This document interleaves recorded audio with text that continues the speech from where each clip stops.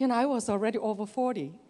But, Harvard was never in my plan, in my dream, because I thought, how dare I think about Harvard? Harvard was somewhere, exotic place where it has nothing to do with me. But this time, I need Harvard, because Harvard, when you say Harvard in America, everybody goes, wow.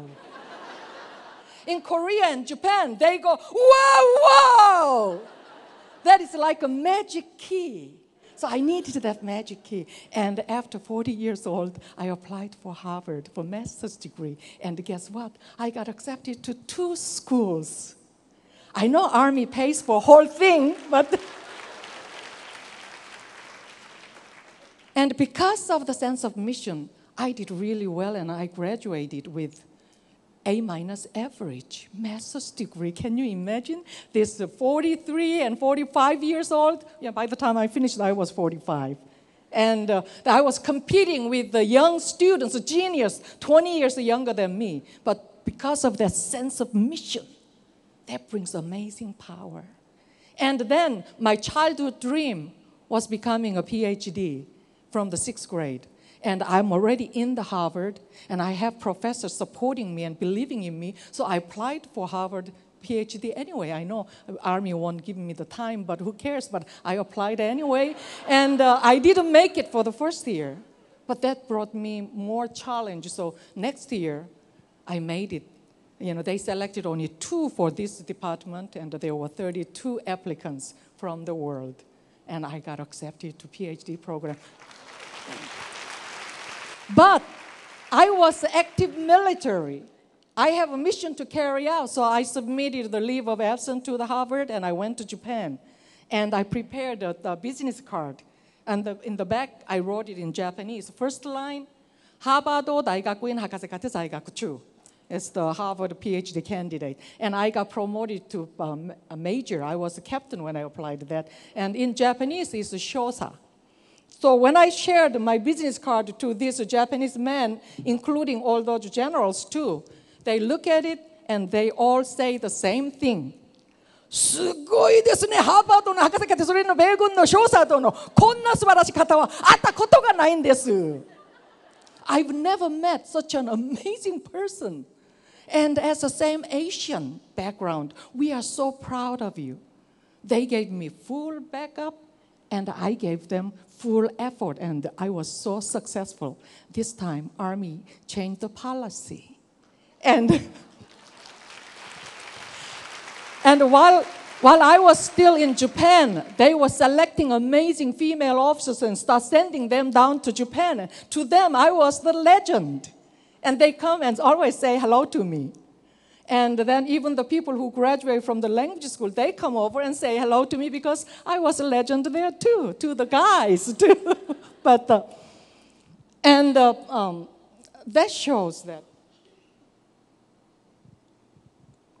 one mistaken leadership by a person blocked so many people's path. And we shouldn't take the no as an answer for no matter what. And I know she's going to show me that my time is running out, but I have a long way to go. Come on. I usually give a speech in maybe 1.5 and 2 hours, and they want me to shrink it into 20 minutes. Come on, I'm not a magician, But anyway, the program it started was 1989. It's about 20 years from last year. And last year, there's one person who maxed out on Japanese and Korean tests at the school and matched out my record. Her name is Jasmine Songa Cho. That's my daughter.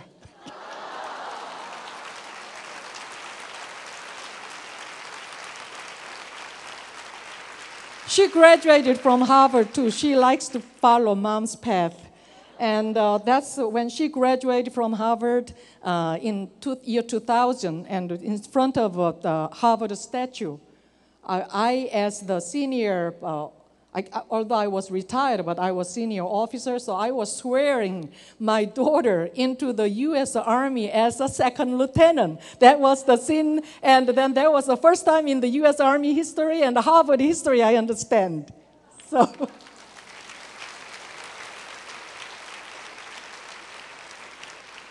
and the path, new path I created, new door I opened. 20 years later, my daughter walks into that path, and she's a major in the U.S. Army now, and she just finished Princeton in June.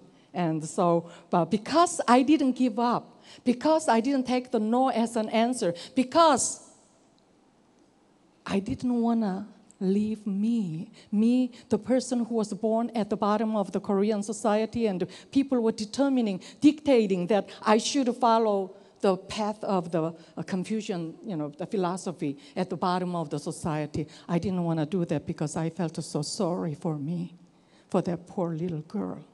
I decided to help her. I will stand by her, and I will make the road if I have to give her the dream.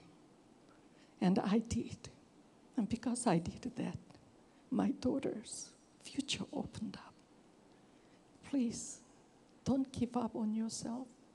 Doesn't matter where you were born. Doesn't matter who tells you you're supposed to be second in line. Stand up and take care of yourself. Help yourself. And give the hero within you a chance to become somebody, because we don't have more than one life to live. This is it. This is not a practice. So if I may show you the example, by helping me, that poor little girl helped my daughter's path. And also, there are, whether you believe it or not, there are several million fans in Korea finding new hope, new dreams. And I am ready to bring that message out into the world. And you are the first one opening up a major opportunity for me to stand and share this story in English. How's that?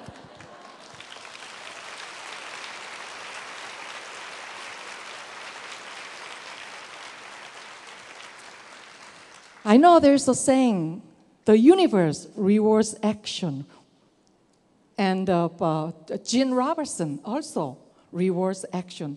I know you are all very important, major people here, and then you are so busy with your daily work, but you are here listening to us and giving us the opportunity to share our story with you. But so to reward you, at the end of this Q&A session, I will sing a song for you, the original song.